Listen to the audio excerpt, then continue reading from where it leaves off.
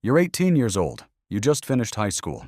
You barely know how taxes work. You still ask your parents how to reset the Wi-Fi router, and suddenly someone gives you the option to borrow $50,000, $100,000, maybe even $200,000 for college. Welcome to the world of student loans in the United States. And before you say, "That sounds insane," yes, it kind of is. But here's the interesting part. Student loans are also one of the most powerful financial tools ever created. Let me explain. First, let's go back in time. A few decades ago, going to college in America was mostly for people whose families were already wealthy. If your parents had money, great. You go to college. If they didn't, well, good luck. But then the government introduced programs like the Federal Student Loan Program, allowing students to borrow money to pay for education. And suddenly, something incredible happened. Millions of people from middle-class and poor families could go to university.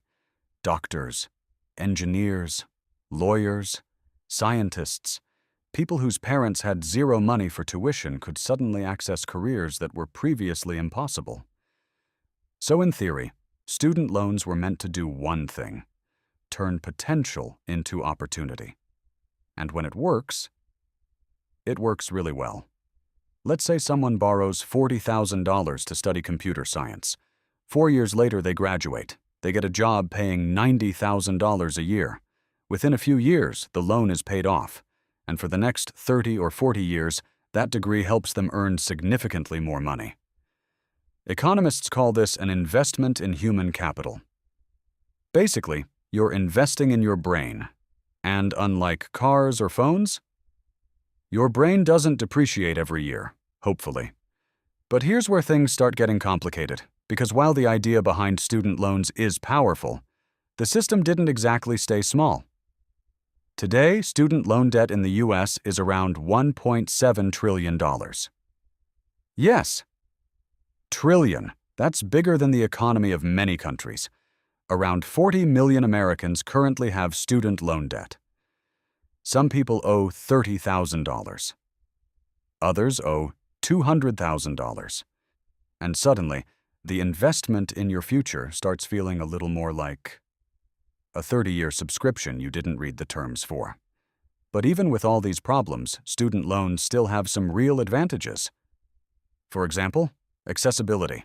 Without loans, millions of talented students simply wouldn't be able to afford college. Imagine a brilliant student from a small town whose parents earn just enough to survive. No savings, no trust fund, no rich uncle paying for Harvard. Without student loans, that student might never become a doctor or engineer. Student loans give that person a chance.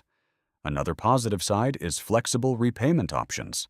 Unlike most loans, federal student loans allow borrowers to pay based on their income, meaning if you're not earning much yet, your payments can stay relatively small. There are also programs like public service loan forgiveness, where people working in government or nonprofit jobs may have their remaining debt forgiven after several years. So teachers, social workers, and public servants aren't crushed by debt forever. But the most important thing to understand about student loans is this: they are a tool. And like any tool, they can build something amazing, or they can break things.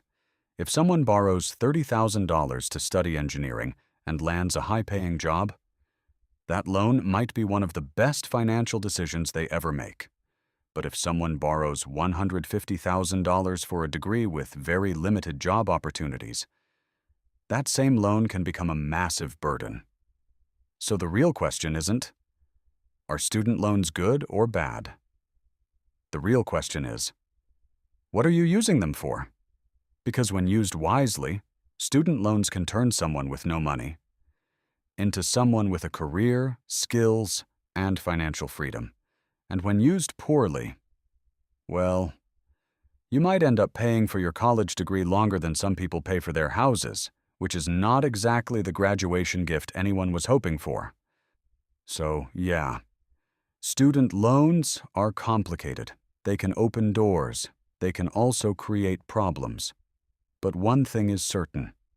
For millions of people in America, they've been the bridge between where someone was born and where they're able to go in life. Let our love succeed. Let's make that dirty cash, you and me. Ooh, dirty cash. We'll be living in luxury. Let's make that dirty cash, baby. Oh, we can let